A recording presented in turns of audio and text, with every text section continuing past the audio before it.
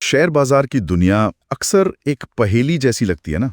आज हम इसी पहेली के कुछ टुकड़े जोड़ने की कोशिश करेंगे। स्टीफन ब्लूमेंथाल की किताब नेविगेटिंग स्टॉक मार्केट साइकिल्स की समरी। ये समरी बाजार के उतार चढ़ाव और इसमें बड़े खिलाड़ियों मतलब स्मार्ट मनी की चालों पर रोशनी डालती है। तो चलिए आज इस जानकारी की गहराई में उतरते हैं और देखते हैं कि बाजार की भाषा को बेहतर कैसे समझा जा सकता है।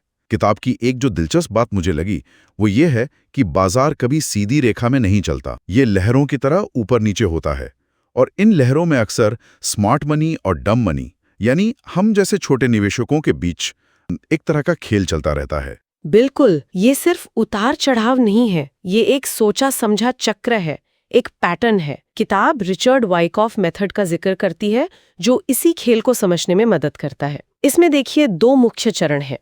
पहला, एक्यूमुलेशन। एक्यूमुलेशन मतलब जब स्मार्ट मनी, वो बड़े संस्थान या निवेशक गुपचुप तरीके से कम कीमतों पर धीरे धीरे शेयर जमा करते हैं।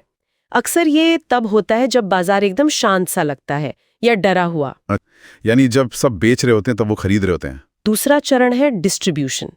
डिस्ट्रीब्यूशन मतलब जब कीमतें काफी बढ़ जाती हैं, माहौल में एकदम जोश होता है, यूफोरिया होता है, तब यही स्मार्ट मनी अपने जमा किए शेयर धीरे धीरे बेचना शुरू करती है। और खरीदता कौन है?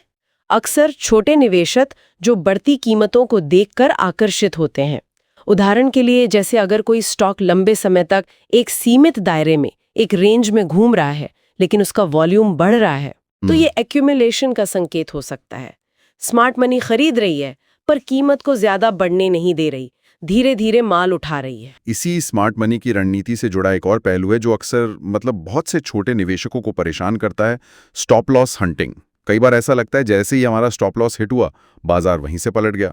किताब इसे लिक्विडिटी ग्रैब कहती है। बड़े खिलाड़ियों को अपने बड़े ऑर्डर भरने के लिए खरीदार या बेचने वाले चाहिए होते हैं, यानी लिक्विडिटी। हाँ। और वो जानते हैं कि ज्यादातर रिटेल ट्रेडर्स अपने स्टॉप लॉस कहाँ लगाते हैं।